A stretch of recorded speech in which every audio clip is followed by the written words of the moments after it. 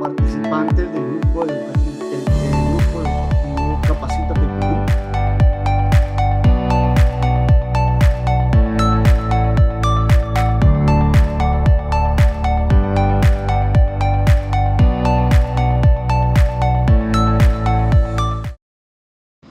Buenas noches, amigos participantes que se vienen conectando de las diferentes plataformas del Grupo Educativo Capacítate Perú. Hoy estamos a través de nuestra plataforma de YouTube. Saludos a los seguidores de la fanpage del Grupo Educativo Capacítate Perú, que en alianza con la Municipalidad de Caraballo venimos realizando capacitaciones gratuitas. El día de hoy tenemos el curso de Administración y Gestión Pública, segunda clase, que está a cargo del licenciado Milton Eliseo Alca Gutiérrez, especialista y consultor en gestión pública y políticas públicas. Adelante, licenciado, ya pueden comenzar. Ya, muy bien. Bueno, habíamos hablado de los sistemas funcionales y consideramos que estos sistemas administrativos deberíamos de profundizar en ese sentido, ¿no? Vamos a ir, por ejemplo, con el primer sistema, que para nosotros nos parece, digamos, donde podríamos comenzar a desarrollar eh, la gestión. ¿Desde dónde debemos de comenzar? Todo en el Estado se planifica, ¿no? El Estado no es una entidad que un día a otro se le da la gana de comprar, no sé, pues 20 patrulleros y ya los compra, ¿no?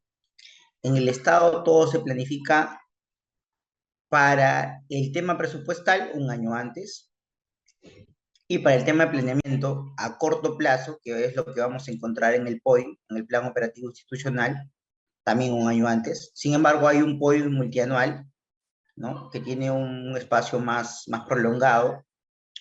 Y tenemos también, pues, acá el planeamiento estratégico institucional, ¿no?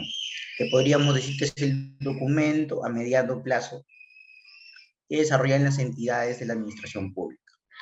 Anteriormente a ello, tenemos un documento, bueno, un documento más amplio, diré, es el PSEC, ¿no? En los ministerios, en los sectores, que son los planes multisectoriales, ¿no?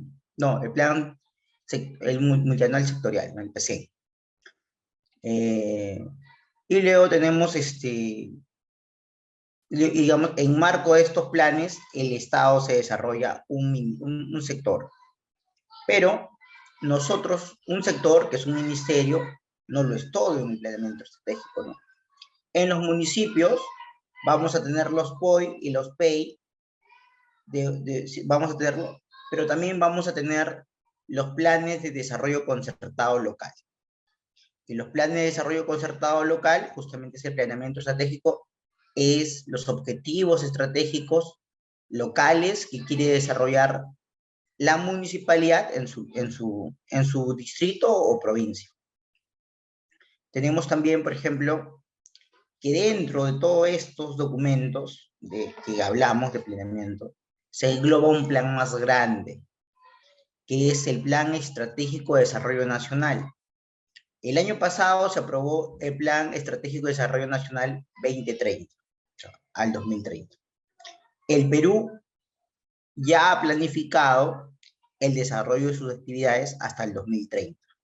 O sea, no vamos a pensar que el Perú, digamos, no tiene actividades ya, bueno, objetivos estratégicos que desarrollar para que el Perú pueda, digamos, desarrollarse, salir o luchar contra la pobreza, salir de las brechas que todavía tiene pendientes.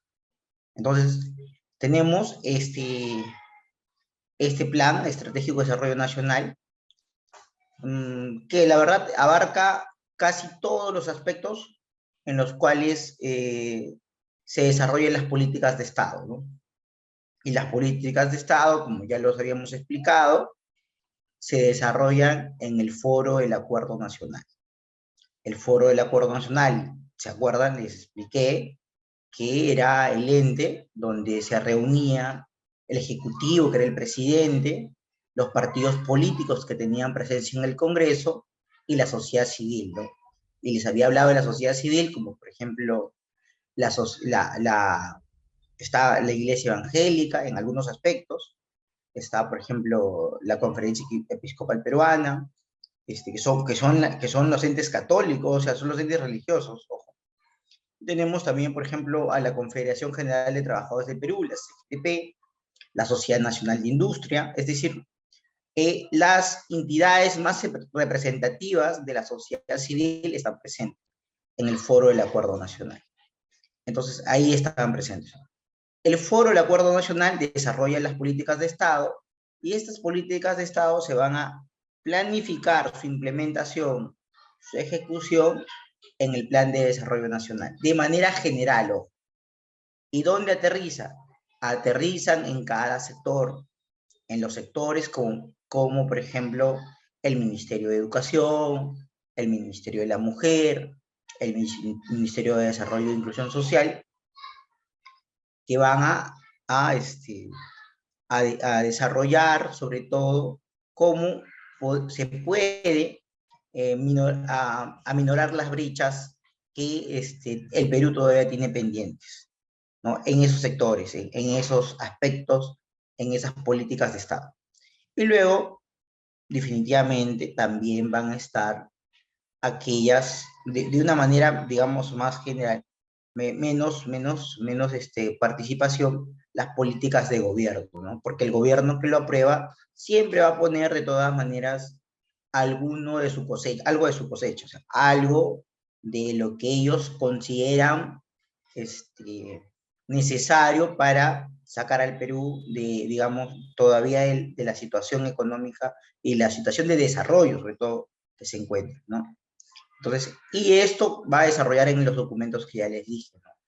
Plan estratégico, plan de desarrollo concertado de desarrollo regional y local, que lo van a establecer los gobiernos regionales y municipales. Ahora me preguntarán, ¿el alcalde, el gobernador regional, puede imponer, digamos, alguna actividad, algún proyecto que no se enmarque dentro de estas políticas generales o de este plan de desarrollo nacional?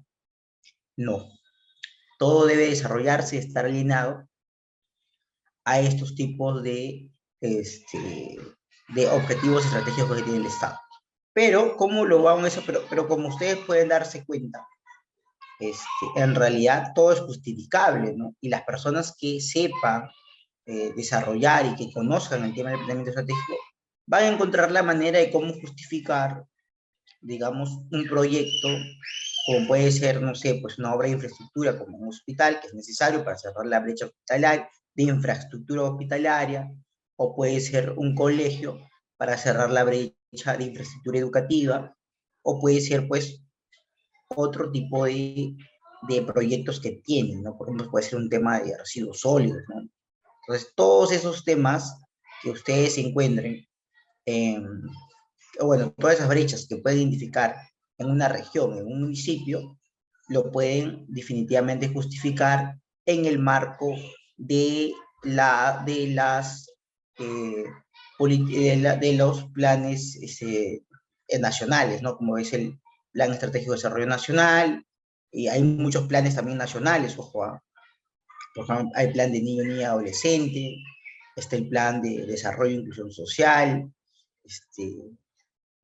está pues el plan de cierre de brechas de igualdad de oportunidades de la mujer. Existen diversos planes que desarrollan los ministerios y en el marco de esos planes también debe de orientarse, debe de alinearse, debe de guiarse los gobiernos regionales y locales, ¿no? Entonces, eso tenemos. Entonces, el planeamiento estratégico en el Perú ha sido creado por la ley 28522, ley que crea el Sistema Nacional de Planeamiento Estratégico y el Centro Nacional de Planeamiento Estratégico, CEPLAN. CEPLAN, ¿no? CEPLAN establece que el Sistema Nacional de Planeamiento Estratégico o el conjunto de órganos estructurados e integrados funcionalmente destinados a conducir, desarrollar la planificación concertada con instrumentos técnicos de gobierno, orientador, ordenador de acciones necesarias para lograr el desarrollo integral del país. Y como ustedes se pueden dar cuenta, esto se desarrolla en el marco de un sistema nacional. Y el sistema nacional ese es el SINAPLAN, ¿no? Son, digamos, o sea, es el Sistema Nacional de Planeamiento Estratégico, pero sus siglas y se desarrolla como SINAPLAN, ¿no? La gente le dice SINAPLAN, que es el conjunto articulado e integrado de órganos, subsistemas y relaciones funcionales que va a coordinar y viabilizar el planeamiento nacional. Ojo, el CEPLAN es un organismo técnico especializado que ejerce la rectoría efectiva del SINAPLAN. En este caso, el planeamiento estratégico lo ejerce como un organismo técnico especializado, el CEPLAN. Tiene un consejo directivo, o sea, tiene su estructura, sus unidades, que lo que van a, sus órganos y unidades, que lo que van a hacer es, de otra manera, orientar, sacar documentos normativos, orientaciones, directivas, procedimientos, ¿qué más? Algunos comunicados de carácter general, establecer los plazos. Es decir, ellos van a establecer el conjunto o el marco normativo en el aspecto de planeamiento estratégico, que va a ayudar a que todas las entidades del Estado, como los municipios, como los gobiernos regionales y como los mismos ministerios, puedan realizar un mejor y efectivo implementación, no, desarrollo, planeamiento de sus acciones y actividades. Entonces, eso es el CEPLAN, ¿no? Luego tenemos este ente rector, como ustedes pueden ver, es algo que yo les he explicado, ¿no? El CEPLAN es el ente rector y va a desarrollar este tipo de órgano orientador a los gobiernos regionales y locales. También al gobierno nacional, es decir, al ejecutivo, a los ministerios, a los sectores, y a otros organismos de gobierno. También a los organismos constitucionalmente autónomos, ¿no? Es decir, ese plan desarrolla de manera transversal la rectoría con distintos niveles de gobierno y también con sectores, o sea, es multisectorial. Entonces tenemos esto. Se basa en el Acuerdo Nacional, que es un organismo nacional de consensos. Ojo. El rol de ese plan y las ventajas del planeamiento estratégico. Mira, el rol es brindar políticas, es brindar a todos los niveles las políticas nacionales a través del PES. El PES es el Plan Estratégico de Desarrollo Nacional. Ahora el PES es al 2030. Y brinda los lineamientos requeridos para la articulación entre las políticas públicas, el planeamiento estratégico, el planeamiento operativo, tanto a nivel sectorial como territorial. Cuando nos dice sectorial, vamos a tener que entender que son ministerios. Y cuando nos habla de territorial, vamos a entender que son las jurisdicciones territoriales, que son los municipios, que son los distritos, las provincias, las regiones. ¿Ok? Y de esa manera. Ventajas del planeamiento estratégico. Permite al Estado actuar como un todo coherente y articulado hacia el logro de objetivos estratégicos nacionales. Es decir, que cuando un municipio desarrolla una actividad y se ha enmarcado, se ha alineado a una política nacional, a una política de un ministerio, ¿no? Estamos haciendo que el Estado, ese pequeño ente descentralizado del Estado, que es el municipio local, que puede ser un distrito, desarrolla, digamos, una actividad que ya está enmarcada, que ya ha sido planificado por el Estado peruano, y por eso se le otorga presupuesto. Entonces, de esa manera, el Estado actúa como si fuera uno solo, ¿no? De esa manera. Y luego permite al Estado actuar como un todo coherente. Bueno, luego facilita la búsqueda de consensos de los actores claves de modo que se apropien de las decisiones estratégicas del sector público. ¿Y por qué dice que facilita los consensos? Porque justamente acá se le da participación a la ciudadanía, ojo. Y por ejemplo, en los planes de desarrollo concertado, local o regional, siempre se invita a otras organizaciones de la sociedad civil. Como por ejemplo puede ser pues un club deportivo, como puede ser por ejemplo a la PAFA, la Asociación de Padres de Familia, de los colegios que están ahí cercanos, como puede ser, por ejemplo, a un sindicato que de repente tiene de los trabajadores, por ejemplo, en el municipio, o puede ser un sindicato, pues, que está presente en ese distrito, ¿no? Que está trabajando, como por ejemplo una fábrica, etc. Es aquellos que tienen, digamos, cierta capacidad de participación en las actividades del municipio, sí, del municipio, del distrito, de la provincia. ¿Ya? Fomenta la articulación vertical. Cuando nos va a hablar de articulación vertical, debemos de entender que es esa articulación intergubernamental, entre los niveles de gobierno, como es el gobierno nacional, el gobierno regional y el gobierno local. Como ustedes pueden darse cuenta, en el gobierno, ¿por qué es vertical? Porque es así, pues. Porque acá está el gobierno nacional, gobierno regional y gobierno local. Es decir, hay una relación vertical. Y cuando nos habla de una relación horizontal o horizontales de esta manera, vamos a entender que son entre entidades que tienen el mismo nivel, el mismo nivel. Ministerio de la Mujer, Ministerio de Educación, Ministerio de Inclusión Social. Gobierno regional de Ica, gobierno regional de Piura, gobierno regional de Lima, por ejemplo, Lima provincia. Entonces, de esa manera entendemos que hay un mismo nivel y es multisectorial. Bueno, es multisectorial, ¿no? Entonces, bueno, es horizontal, entonces, es un mismo nivel de gobierno, ¿ya? Y luego, entre sectores y gobiernos regionales y locales. Promueve la eficiencia, la eficacia y la cultura de la evaluación de la gestión pública. ¿Y por qué dice la cultura de la evaluación? Y eso es importante tocarlo hoy día, porque, por ejemplo, hoy en día se hacen evaluaciones del POI, del PEI, pero también se hacen evaluaciones de las políticas de Estado. Se hacen evaluaciones y seguimiento a, a las políticas de gobierno.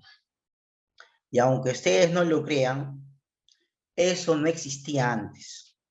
No existía ese tipo de seguimiento y evaluación. No existía esa evaluación. Los gobiernos llegaban, ejecutaban 5 años, nadie los evaluaba.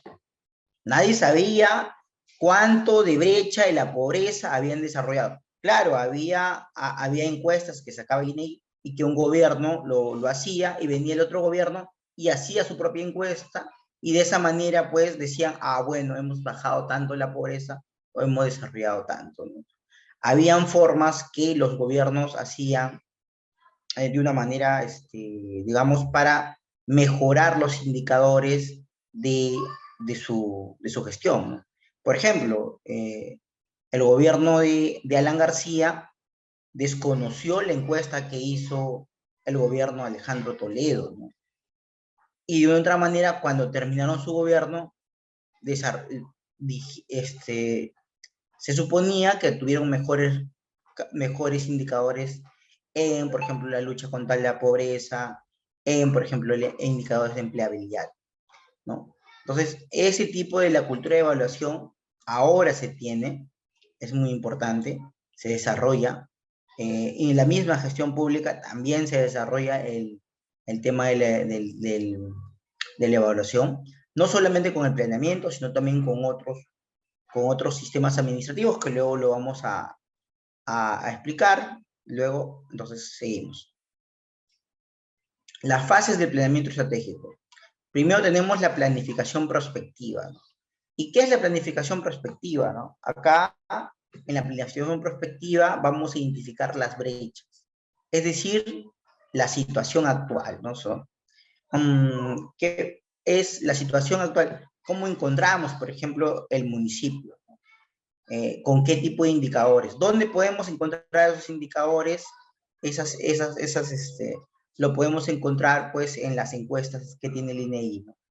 Aunque no crean, el INEGI tiene una información muy valiosa, enorme, y está incluso segmentado y estratificado por cada municipio local. Solo es cuestión de saber buscar, de saber analizar también las cifras. Y vamos a entender tendencias.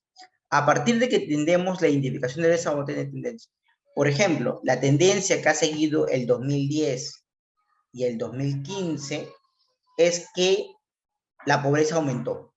Estaba en 20, ahora está en 25, en mi distrito, por ejemplo. ¿Ya? Entonces, y luego, en el 2020, está pues en 28. ¿Qué pasó? Ah, bueno, acá tenemos que encontrar las causas, ¿no? De repente las causas es que cerró una fábrica, cerró un centro comercial. Entonces, de esa manera vamos a identificar cuáles son las tendencias, ¿no? Entonces, si es de la tendencia, yo tendría como alcalde que llamar justamente a los empresarios y darle más facilidades y comprometerme, por ejemplo, a que pongan de repente una industria, no sé. El municipio solicita pues que se le dé, digamos, no se le cobre el impuesto predial, no sé, pues, por 5 años, ¿no? O buscándole mecanismos y formas que alguna empresa quiera estar en ese territorio, ¿no? O en su defecto, pues, tengo un distrito turístico y desarrollo, pues, infraestructura turística para justamente hacer que la economía en mi distrito se mueva, ¿no? Entonces, esa es la parte de los escenarios que yo voy a empezar a construir. Es decir, a partir de la identificación de brechas, a partir de que he visto las tendencias que tiene mi distrito, yo voy a plantear escenarios de acá a 4 años, de acá a 8 años, para ver qué es lo que yo quiero, ¿no? Es decir, qué es lo que yo voy a hacer en 4 años y qué es lo que cómo voy a ver el, digamos, el distrito. No sé, pues, lo voy a ver como un distrito con, por ejemplo, 4 o 5 infraestructuras hospitalarias, o 3 o 2 infraestructura educativa, o infraestructura también turística, ¿no? Entonces, de esa forma vamos a desarrollar los escenarios que queremos desarrollar. Ojo, no todo es cemento, ¿no? Porque el escenario que nosotros podemos tener es que justamente vamos a mejorar, por ejemplo, no, claro, vamos a minorar las tasas de analfabetismo, ¿no? Puede ser que tengamos analfabetos, entonces podemos empezar a hacer, por ejemplo, un voluntariado y a partir de ese voluntariado empezar a enseñar a las personas adultas, que sobre todo son muy adultas, a leer, ¿no? O podemos hacer, por ejemplo, este, eh, podemos hacer, por ejemplo, un concurso y maratones de comprensión lectora. Y a partir de eso hacer campeonatos, y de esa manera vamos a incentivar, por ejemplo, la cultura, la lectura, y como tal vamos a tener un escenario, por ejemplo, donde mi municipio tenga, no sé, pues, 100 chicos que hayan ingresado a la universidad, o 3 jovencitos que sean campeones de ajedrez. Entonces, esos tipos de, digamos, de escenarios también yo me puedo plantear. No todo tenemos que entender es cemento, ojo. Y luego tenemos la planificación estratégica, ¿no? A partir que tenemos las brechas, las tendencias y los escenarios, vamos a empezar a hacer la planificación estratégica. Es la definición de la cadena estratégica, vamos a establecer la visión, los objetivos, los indicadores y acciones. Me preguntan, eso, profesor, ¿dónde lo vamos a tener? Es en los documentos que yo le estaba explicando. Acá vamos a tener que hacer los documentos como el plan de desarrollo concertado, y vamos a tener el PEI también, y el POI, el Plan Operativo Institucional. En estos documentos de gestión yo voy a documentar y vamos a establecer la visión del municipio, ¿no? Una visión puede ser, por ejemplo, el municipio de Ica se ve como un municipio, no, como una provincia cultural que haya desarrollado, no, turística, cultural, urbana, que desarrolle una mejor calidad de vida de sus pobladores en concordancia con una cultura de paz, una cultura de paz y, digamos, una cultura de paz, lo digo sobre todo ahora por el tema de que tenemos estos conflictos sociales, y concordancia con el desarrollo empresarial, por ejemplo, ¿no? Porque también hay un tema de agroindustria muy fuerte. Entonces, es cómo desarrollan su visión. Y los objetivos estratégicos lo van a desarrollar también, sobre todo en su PEI, ¿no? En su, en su plan de desarrollo concertado local. Y los indicadores lo vamos a encontrar en cada uno de estos documentos, porque los indicadores son, sobre todo, son valorizaciones que vamos a desarrollar para identificar si algo está yendo bien, está yendo mal, y sobre todo es cómo vamos a cuantificar si se está ejecutando, si se está implementando lo que hemos planificado, ¿no? Porque un indicador, por ejemplo, puede ser porcentaje de actividades desarrolladas, ¿no? Yo planifiqué 100, desarrollé 50, entonces solamente tengo el 50% de avance, ¿no? Eso puede ser, por ejemplo, no sé, pues a la mitad de mi gestión, de que yo lo he desarrollado. Y luego tenemos las acciones, ¿no? Las acciones las vamos a encontrar sobre todo en sus planes operativos, en su POE. Y luego tenemos la planificación operativa. Esta fase es poner en marcha la estrategia institucional, es decir, la implementación del plan. Y luego tenemos el seguimiento y evaluación. ¿Qué es el seguimiento? Esto lo hacen, por ejemplo, en el tema del POI de manera trimestral. En el tema del PEI lo desarrollan también. Y bueno, el seguimiento de evaluación no solamente es para los planes que se han desarrollado acá, sino el seguimiento de evaluación, ojo, ya se desarrolla de una manera muy general. A los planes, a la gestión pública, a las políticas públicas. Hay una cultura digamos, de seguimiento y evaluación, ya que se está, que por bien se ha tomado de forma generalizada y lo desarrollan en casi todos los entes del gobierno nacional. Y ahora también lo vemos en el gobierno regionales. Sin embargo, todavía existe algunas formas de que se debe implementar en los municipios locales, ¿no? Acá todavía falta mucho que avanzar. Y tenemos el Sistema Nacional de Presupuesto.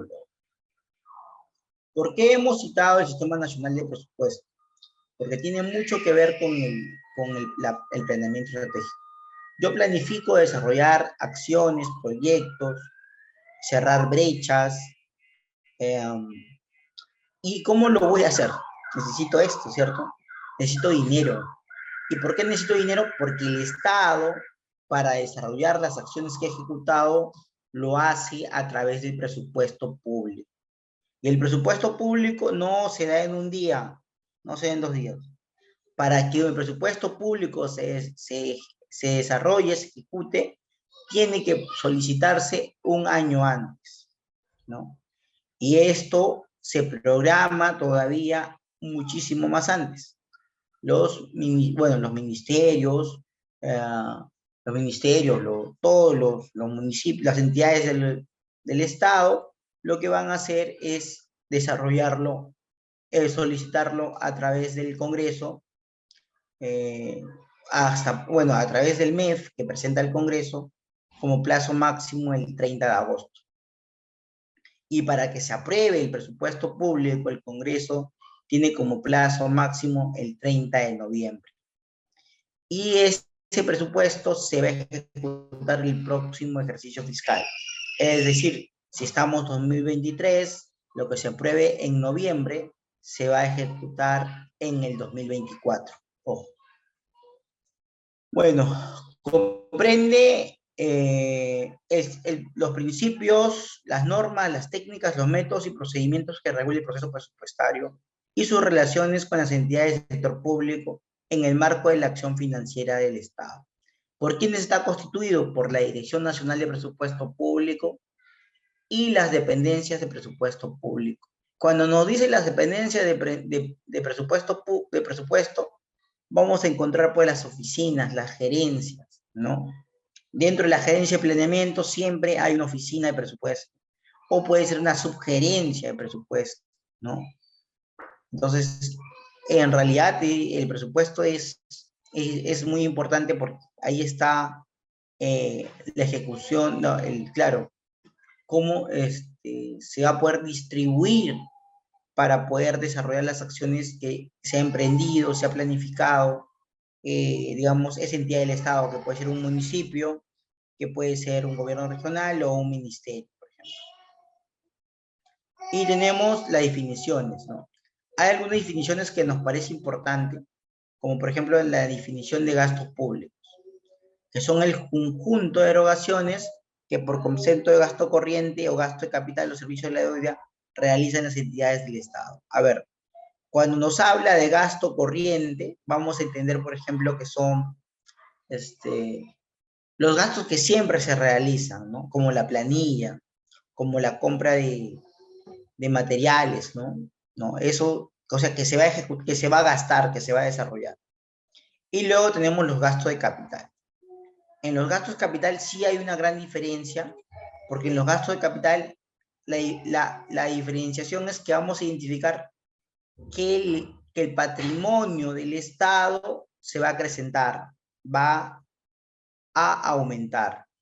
El gasto de capital, por ejemplo, acá podemos tener los gastos que se desarrollan en la ejecución de proyectos de infraestructura, ¿no? Gastos de capital. Y tenemos el servicio de la deuda. El servicio de la deuda, como bien lo dice, es el presupuesto destinado a ¿qué?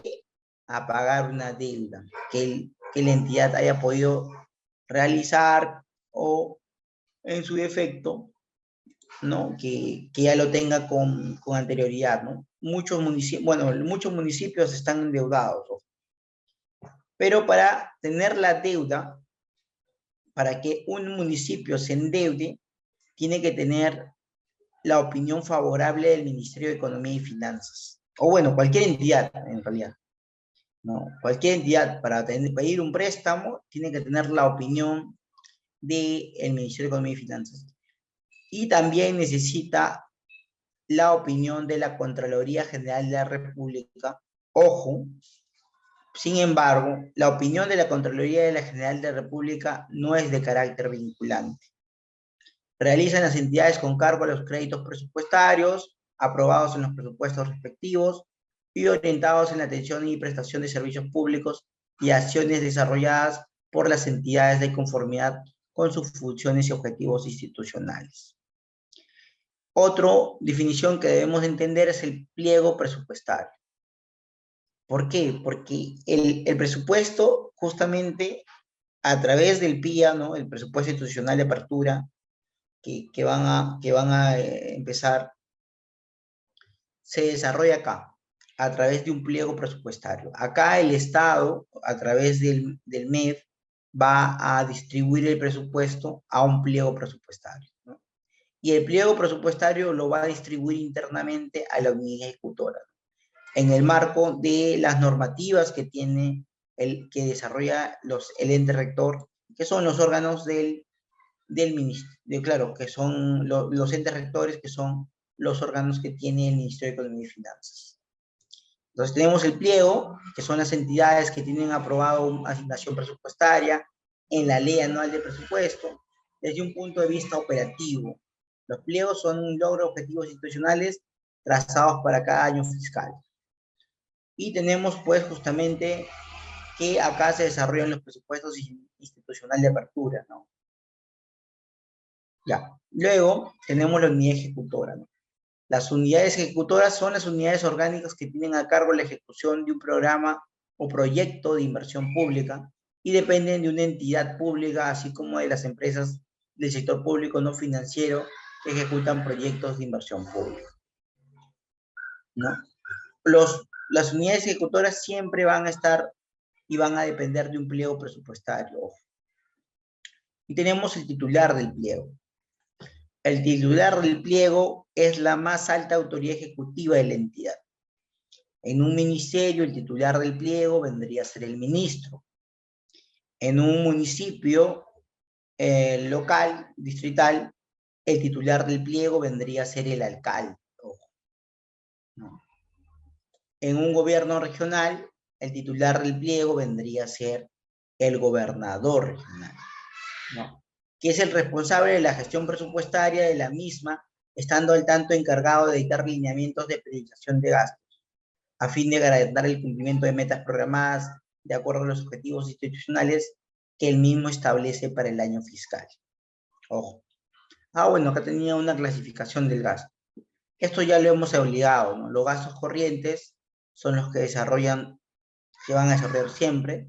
Tenemos, por ejemplo, reserva de contingencia, personal, pensiones, bienes y servicios, donaciones, transferencias. Ojo, esa es la categoría del gasto, que dice, son todos los gastos destinados al mantenimiento o operación del servicio que presta el Estado. Ojo. Y acá tenemos gasto de capital, que son donaciones, transferencias de capital, otros gastos, adquisición de activos no financieros y adquisición de activos financieros, ¿no? Son todos los gastos destinados al aumento de la producción o al incremento inmediato o futuro del patrimonio del Estado. Ojo. Y por último tenemos el servicio de la deuda, que es el servicio de la deuda pública, que son todos los gastos destinados al cumplimiento de obligaciones originadas por la deuda pública, sea interna o externa. Y luego tenemos el Sistema Nacional de Programación Multianual y Gestión de las Inversiones, más conocido como INVIERTP. Antes que INVIERTP estaba el SNIP, era un sistema, digamos, un poquito más engorroso. Y sobre todo los alcaldes, que la verdad que ahora entiendo por qué, porque en los municipios desarrollar digamos, proyectos de inversión es muy difícil, ¿no? Sobre todo por el tema de el presupuesto que tienen, ¿no? El presupuesto que les dan es, digamos, no es el... ¿Sí? Nerida Odalis, ¿estás hablando? Ya, ok, seguimos. Nosotros acá en los municipios vamos a encontrar que existe una gran brecha de infraestructura.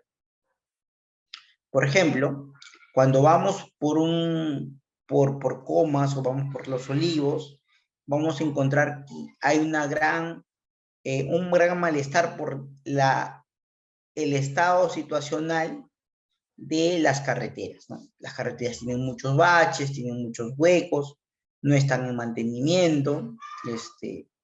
Entonces, ahí vemos que nosotros existe una gran brecha de infraestructura. Muchos centros poblados no tienen, digamos, cómo llegar a su lugar, a su centro poblado. No tienen cómo llegar a su casa porque no hay carretera para todos, ¿no? Y además Lima es muy grande. Entonces, para que se desarrolle, por ejemplo, una carretera o algún tema de infraestructura, debe pasar por este sistema, ¿no? Ojo, y el sistema nació mediante decreto legislativo 1252 en el 2016, ¿no? Pero entró en vigencia en el 2017. Entonces, el sistema administrativo tiene como finalidad brindar el uso de recursos públicos destinados a la inversión para la efectiva prestación de servicios y la provisión de la infraestructura necesaria para el desarrollo del país. Entonces, el ente rector del sistema de INVIERTP es la Dirección General de Programación Multianual de Inversiones, que va a ser el ente rector, y tiene la calidad más alta de autoridad técnico-normativa y administrativa en el Banco de Inversiones. Dicta los procedimientos, los lineamientos, la programación multianual de inversiones y el ciclo de la inversión, supervisando su calidad. Ojo. Elabora el programa multianual de inversiones del Estado, de todo el Estado. Tiene principios rectores este sistema. A ver, uno de los principios es que la programación multianual de inversión debe de ser realizada considerando principalmente el objetivo del cierre de brechas de infraestructura y de acceso a servicios públicos para la población. Si a nosotros, en nuestra municipalidad, nos faltan 2 colegios, ¿cuál vendría a ser la brecha? Esos 2 colegios, pues, ¿no? Esa brecha para poder cumplir con darle infraestructura y servicios educativo a los niños, niñas, adolescentes, justamente es eso, ¿no? De repente están en salones prefabricados, y en los salones prefabricados pasan frío, o pasan mucho calor. Entonces, para mejorar esa calidad del servicio, y para darle una mejor, construir infraestructura, que es el cierre de brechas de infraestructura, vamos a entender que tiene que ser justamente un proyecto de inversión pública.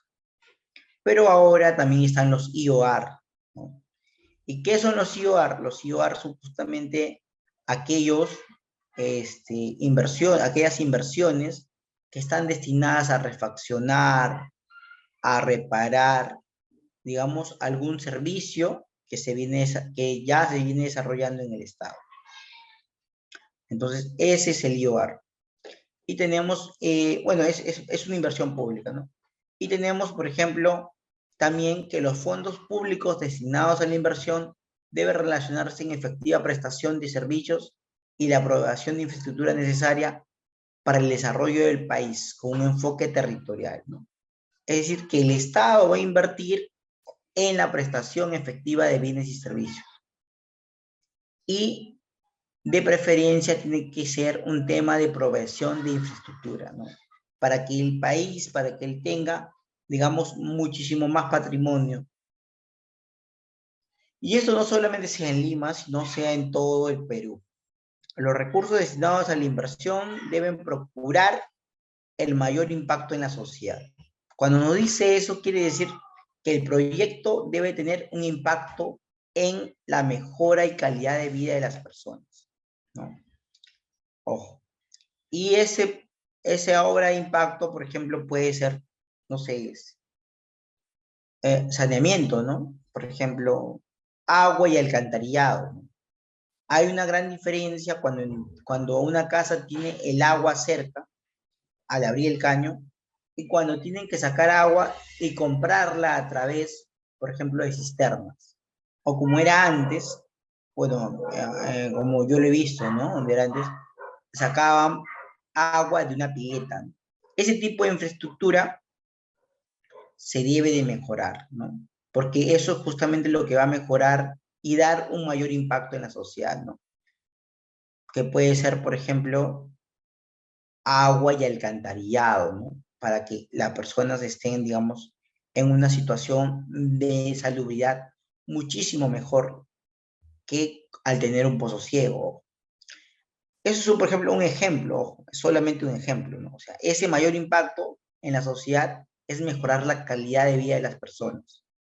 ¿Y cómo mejoramos la calidad de vida de las personas? A través de proyectos que mejoren la infraestructura pública.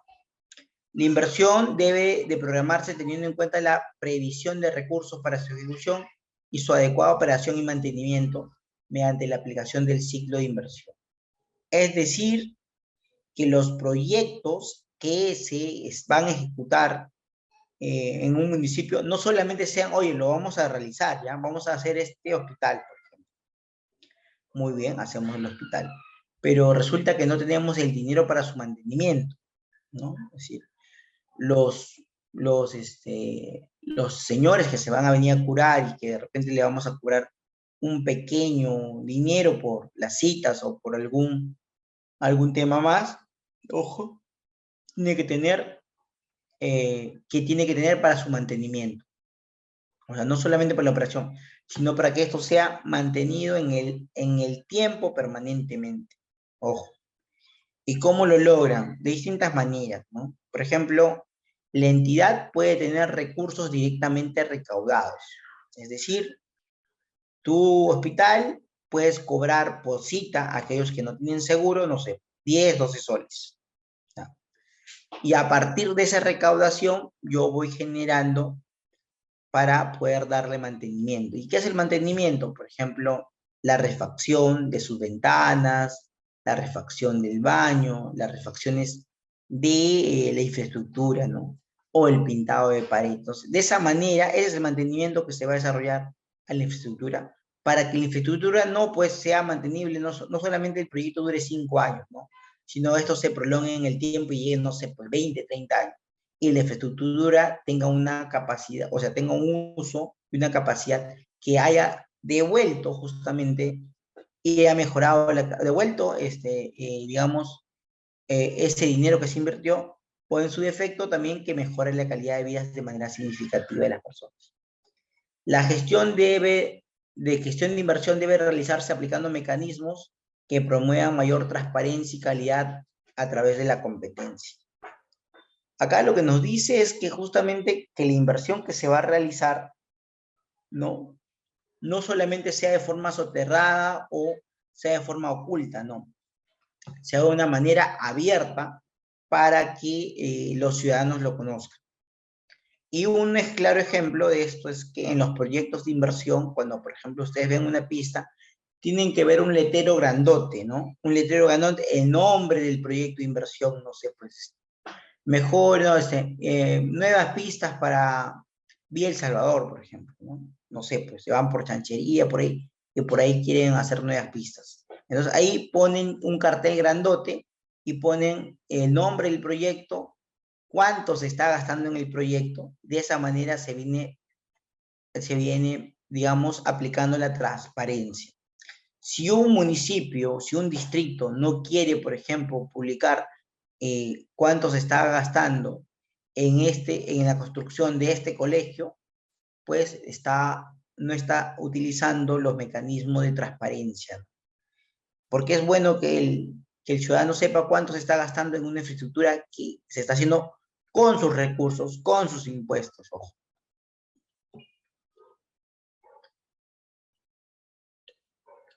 Ya. Este es el ciclo de la inversión. El ciclo de la inversión vamos a entender como primer fase la programación multianual de inversiones, ¿no? Que se puede hacer en un periodo de trianual, o sea, de 3 años. Tiene como objetivo lograr la vinculación entre el planeamiento estratégico y el proceso presupuestario. Ojo, es decir, que yo tengo que hacer mi proyecto de inversión en el marco de los documentos que se han desarrollado en el planeamiento estratégico. Por ejemplo, en mi plan de desarrollo concertado local, o tiene que estar dentro de los objetivos del PEI, del Plan Estratégico Institucional, y tienen que estar en las actividades que desarrolla el POI, ¿no?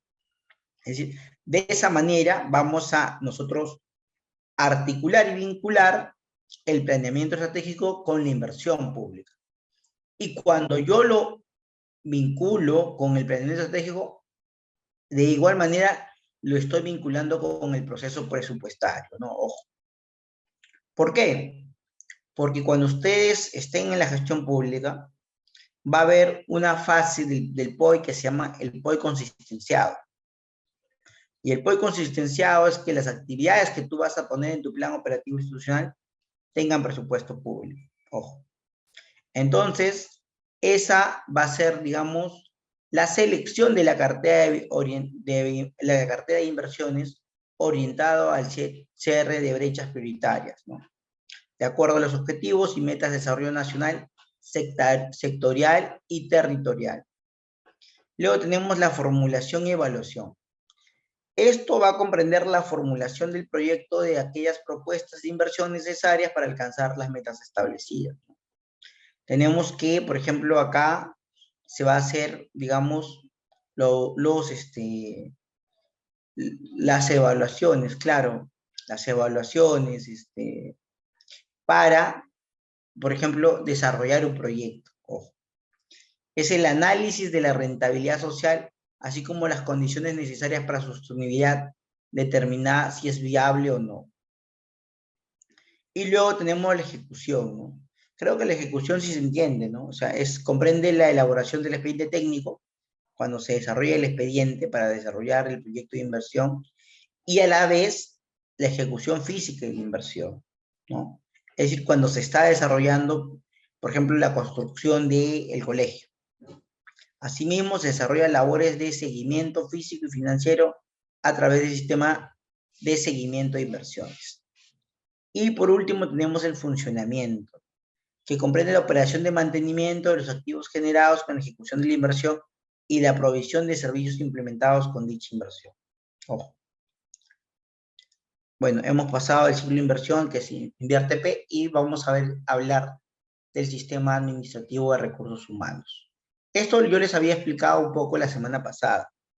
Les había hablado que el sistema administrativo de gestión de recursos humanos, y cuyo ente rector es Servir, que es la Autoridad Nacional de Servicio Civil, también pues establece principios, recursos, métodos, procedimientos y técnicas que se van a desarrollar en el sector público para la gestión de recursos humanos. Y este sistema administrativo de gestión de recursos humanos tiene 7 subsistemas, ¿no? Los cuales son, por ejemplo, la planificación de la política de recursos humanos, la organización del trabajo y su distribución, la gestión del empleo, la gestión del rendimiento, la gestión de desarrollo y capacitación, y la gestión de relaciones humanas y sociales. Ojo, esos son los subsistemas del sistema administrativo de gestión de recursos humanos, y cada uno va a desarrollar, por ejemplo, sus directrices, sus procedimientos para cada uno de estos subsistemas. Ese es un gráfico, lo mismo es que el sistema de recursos humanos. Y tenemos la clasificación de servidores civiles, ¿no? Los servidores civiles de las entidades públicas se clasifican en los siguientes grupos. Funcionario público. Bueno, y me dirán, profesor, ¿y el funcionario público quiénes son? Me van a decir. El otro grupo es directivo público. Ahora lo voy a explicar qué es directivo público. El 3, por ejemplo, tenemos servidor civil de carrera. Y el 4, el servidor de actividades complementarias. En cualquiera de estos grupos puede existir un servidor de confianza. Acá tenemos otro, la clasificación de los funcionarios públicos. Es decir, no solamente el funcionario público, sino que los funcionarios públicos se clasifican en funcionarios públicos de elección popular, directa y universal. Acá, ¿quién vamos a entender? Aquellos que vienen por las urnas. Por ejemplo, elección popular, el presidente de la República, ¿cierto? El gobernador regional, elección popular. ¿Quién más? ¿Quién más? Los alcaldes, elección popular. Después, ¿quién tenemos acá? Los rectores de las universidades. Antes no, ojo, ¿eh? Antes no lo elegían los estudiantes de manera directa, ¿no? Lo elegían eran elegidos a través de la asamblea universitaria, o los decanos eran elegidos a través de su consejo de facultad. Es decir, no era elección popular y no era directa, antes de la ley universitaria. Ahora es de manera directa porque los estudiantes votan para elegir a sus decanos y sus rectores, y también votan de manera universal, ¿no? Sin embargo, acá en el tema universal todavía existen algunos planteamientos que quieren hacer diferentes partidos políticos, ¿no? Algunos plantean, por ejemplo, acá el voto facultativo, o sea, es decir, que no todos los ciudadanos voten de manera obligatoria, ¿no? Sino que si no quieren votar, no se les cobre una multa, y si en su defecto quieren votar, por ejemplo, que lo hagan, ¿no? Y esa manera es, digamos, el voto voluntario. Muchos partidos están planteando eso, ojo. En la B tenemos funcionarios públicos de designación y remoción regulados. Ojo. Acá, ¿quién vamos a encontrar, por ejemplo? Acá encontramos, por ejemplo, al Contralor General de la República. Porque no es puesto de manera, digamos, que yo soy presidente, te elijo a ti, listo, ¿no? No, acá la designación y la remoción son reguladas. Es decir, tiene que pasar por un proceso, tiene que llevarse un proceso para elegir digamos, a este Contralor. Y uno de esos es, por ejemplo, que tiene que cumplir requisitos. Por ejemplo, para ser Contralor de la República tienes que ser mayor a 40 años, ¿no? Tienes que tener una idoneidad.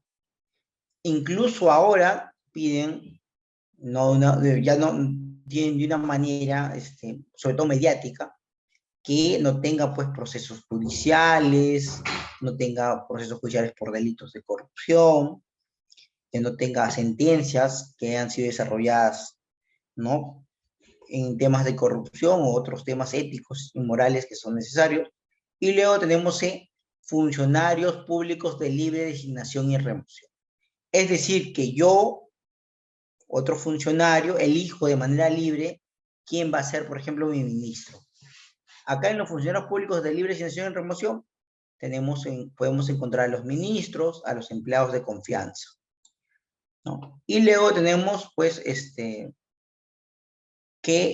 los directivos públicos. Los directivos públicos son los que desarrollan de manera relativa funciones de organización, dirección y toma de decisiones de un órgano, unidad orgánica, programa o proyecto especial. Ojo. Y tenemos a los... Bueno, entonces me dirán, ¿y cómo yo diferencio un servidor público por ejemplo, de un funcionario? Que un funcionario también desarrolla, pues, acciones digamos, de diseñar, aprobar políticas, de toma de decisiones, ¿no? O sea, por ejemplo, de toma de decisiones. Pero acá ustedes ven, hay una diferencia. Por ejemplo, los funcionarios aprueban políticas, ojo, o normas de carácter general. Y luego, en el ámbito de sus competencias, claro. Y tienen también actos de dirección y gestión interna. Ojo, tienen actos de dirección y gestión interna. Y acá en el directivo superior también encontramos que tienen tomas de decisiones y tienen actos de dirección. ¿Ves? Dirección.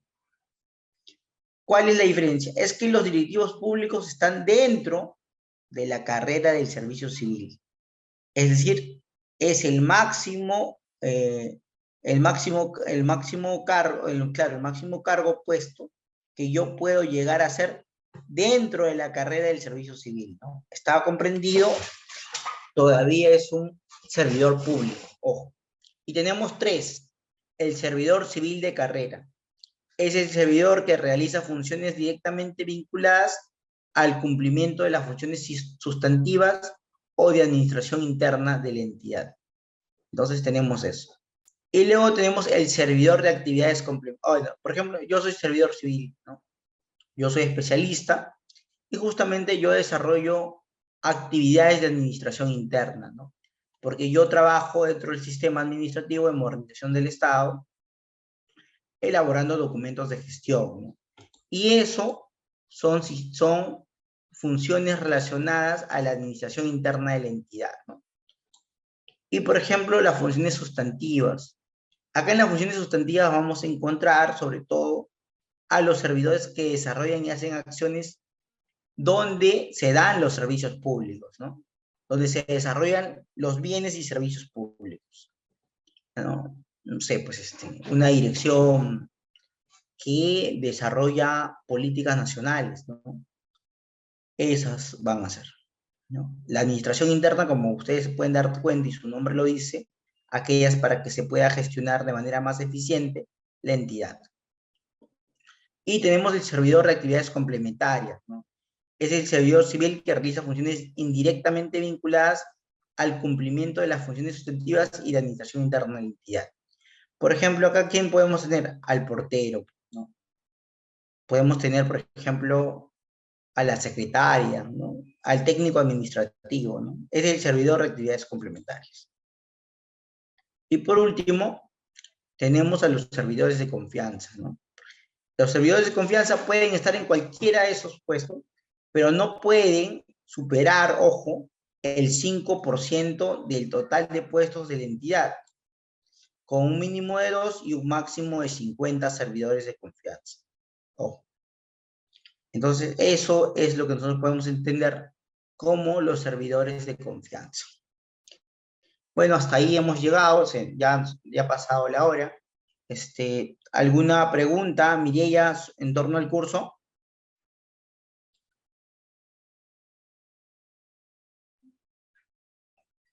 Correcto, amigos participantes. Muchas gracias al licenciado Alca por la capacitación.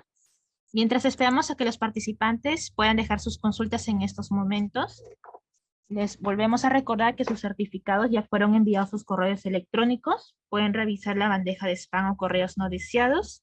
Si tienen algún inconveniente en no ubicarlos, pueden comunicarse vía WhatsApp con su asesora para que les pueda ayudar.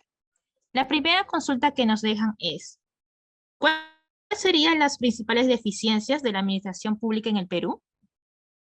Entiendo que me has hablado de cuáles son las principales deficiencias, Sí, ¿cierto? nos consultan eso, en la administración pública. Tienen muchos. Pero uno, que digamos, es el tema del presupuesto. O sea, y en dos sentidos, ¿ah? Por ejemplo, tenemos donde el presupuesto no alcanza, ¿no? Algunas entidades son eficientes en la ejecución de su presupuesto y quieren hacer más porque tienen el personal capacitado para desarrollarlo. Pero tenemos otro aspecto, que las municipalidades devuelven presupuesto. Ojo. Existiendo inmensas cantidades de obras, bienes y servicios que desarrollar para dar a la población, devuelven el presupuesto. Algunos devuelven inmensas cantidades, hasta su tercera parte. ¿Qué pasó acá? No supieron ejecutar el gasto. No supieron llevar a cabo, por ejemplo, un proceso de licitación. El tema de contrataciones con el Estado, ¿no? Otro de los sistemas administrativos que son parte del Ministerio de Economía y Finanzas y se desarrolla a través de la Dirección Nacional de Abastecimiento, ¿no? Y, por ejemplo, en el tema de contrataciones con el Estado, el ente supervisor es el OCE, ¿no? Es el organismo supervisor de contrataciones con el Estado, que te va a ver el tema de las contrataciones, los procedimientos para hacerlo de una manera más transparente y también eficaz.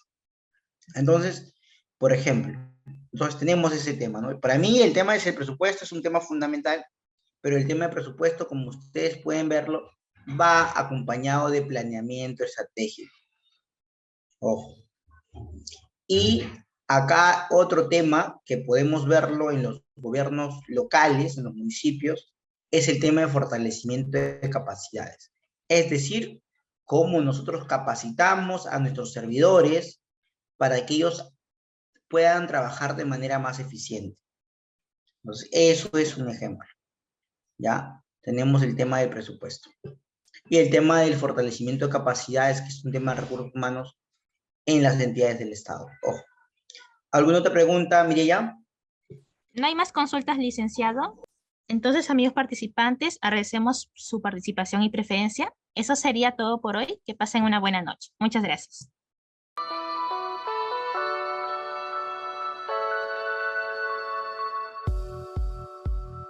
Hola, te saluda Geraldine del grupo educativo Capacítate Perú. En esta ocasión les tenemos un breve tutorial donde les ayudaremos a ubicar rápidamente desde su correo Gmail sus documentos del material y certificado. Comencemos. Para buscar el material, dirígese a la sección de Buscar correo. Escribir capacitateperú.informes@gmail.com. Clic en el icono de la lupa y podrán encontrar el correo que contiene el link de su clase. Deslizar hacia abajo y ubicará el material a descargar. En caso les aparezca buscando virus, al momento de descargar sus documentos, les pedimos por favor esperar hasta que cambie a descargar. En el caso contrario, el documento podría sufrir algún desperfecto. Ahora, para buscar el certificado, dirígese nuevamente a la sección de Buscar. Esta vez, escriba certificados@iacers.com y encontrarán el primer enlace que los dirigirá directamente a su certificado.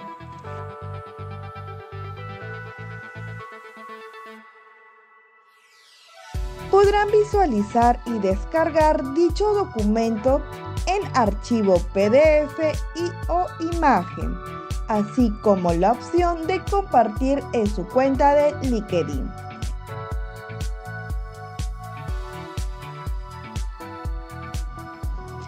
En caso que desee verificar su certificado, dar clic en el segundo enlace, donde los enviará a la página web de Grupo Educativo Capacítate Perú y tendrán que ingresar el número de documento y el código de verificación enviado en el mismo correo.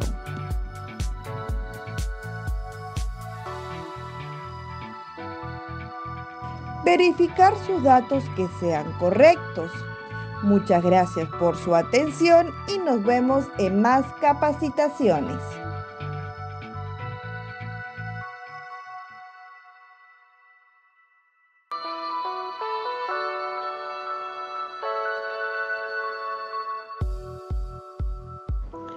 Hola, te saluda Karen del Grupo Educativo Capacítate Perú y en este tutorial te vamos a enseñar cómo verificar tu certificado en nuestra plataforma. La primera opción es escanear el código QR que tienes en el certificado y la verificación es automática. Segunda opción, si no cuentas con un dispositivo para escanear el código QR, haces clic en el link de nuestra plataforma enviado a tu WhatsApp. También puedes encontrar el link en la parte inferior del código QR que aparece en tu certificado. A través de ese link podrás ingresar a nuestra plataforma. Luego ingresas el número y código que aparece en tu certificado.